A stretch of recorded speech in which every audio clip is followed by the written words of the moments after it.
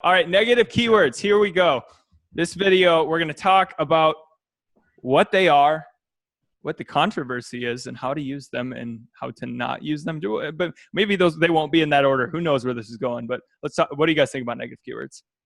So I would say with negative keywords, all right, so what are they? A negative keyword, like let's say you have like a blue, like a red hat, and then you don't want to show for the word blue hat.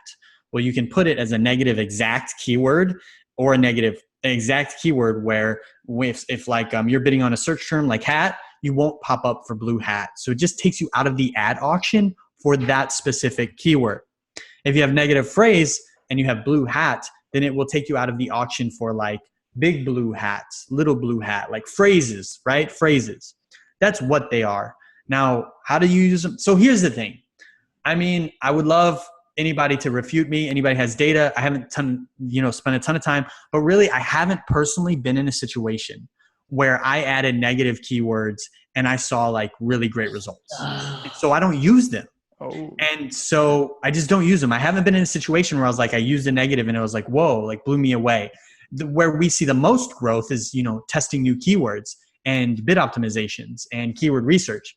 And so, I just don't, it's it is counter to the industry, but I don't use the negative keywords on Amazon. So you almost suggest going more specific with your campaigns, kind of like, and building out more campaigns and just bidding on those keywords individually than like trying to negate out the bad ones. Yeah.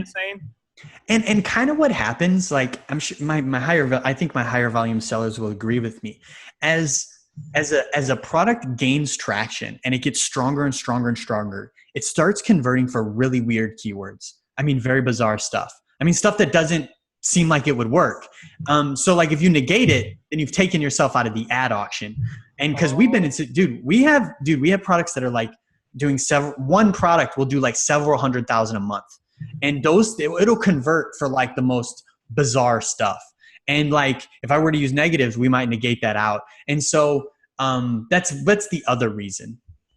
Okay. Yeah. I see what you're saying. So over time, you might you're better off just bringing it to the floor, like bringing it really low bid than adding this. Cause I guess at some point, Amazon only wants to show you if you're relevant or like it thinks there's a chance.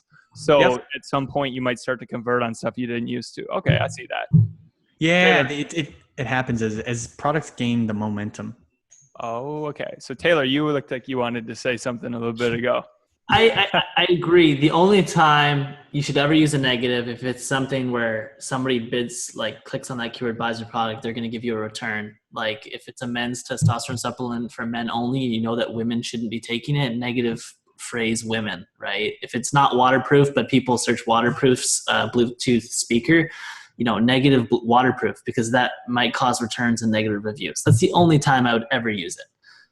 Oh, okay. Yep. I see what you're saying. Because it's like, you will never convert on that keyword. It's a blatant, obvious thing, and you shouldn't allow people that are searching that to buy your product because it's like, dude, yeah. Yeah. Because then you're just gonna get negative reviews, or just like, or hurt somebody. Yeah. Okay. Yeah, for sure. Yeah. So not to be used very often from you guys is, it does get very complex too. So I mean, I've only used them a couple times. I've never been. Wait. Have you seen them? Have you seen really good results after using them? Like, have you seen a definitive result? Well, I've seen when I use them on specific ASINs, they help with my auto campaigns, and that's the only time that I use these. Just because I specifically only want my auto. Like, I have multiple auto campaigns, and I have ones that are specifically only made for the purpose of showing on that extra real estate, and that's it. Yep. So I negate out stuff like that, and then also ASINs that I don't want to, like, they're just not converting, and it doesn't make. But now that I think of it, I should just lower the. You can't lower the bid on that ASIN. So like you can't. You might have to. So I either have to really segment out multiple campaigns now, or no. I don't even know. Yeah, that's why I do that. I'm trying to think through my. I think that's acceptable. If you're going to use it for the ASINs, that's fine. I mean, that's a very unique kind of thing, but like the keywords can be controlled. Yep. Well, I do keywords, with phrases on those campaigns. Like, because I basically put everything there. So it's like, only show me for relevant keywords. Yeah. And you're doing that. Yeah. Or I mean, no, I like just so that I only show for ASINs. Yeah. And you're trying to get rid of all the keywords. Yeah. And do you see really good results when using negatives? I see it profitable. I mean, it's not like these are home run campaigns, but like a sale or two a day.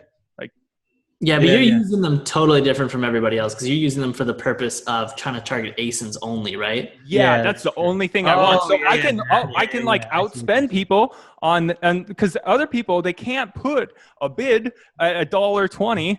But if you know the ASINs, it's just like getting a product display ad. If you essentially get that extra real estate, but it takes a lot of work. Yeah, that is a different situation than what I was talking about. You're right. Taylor's right. Yeah. So that's the only time I've really used negatives, though. Yeah, it's all. Yeah. Well, then we're on the same page, man. Yeah. Otherwise, it's too much work. Like, oh. Well, that was the thing, right? Like, it's the work. Then we didn't see like a massive return. We weren't like, whoa. To whereas if we bid on new keywords, like or new search terms, we see this, increase, and we have to show a return, right? Because we're a service provider. If we don't show, so we have to cut out all the stuff that doesn't provide a return and only keep stuff that provides a return. Oh, so then what about when people don't want to return though? Do they come to you when they launch?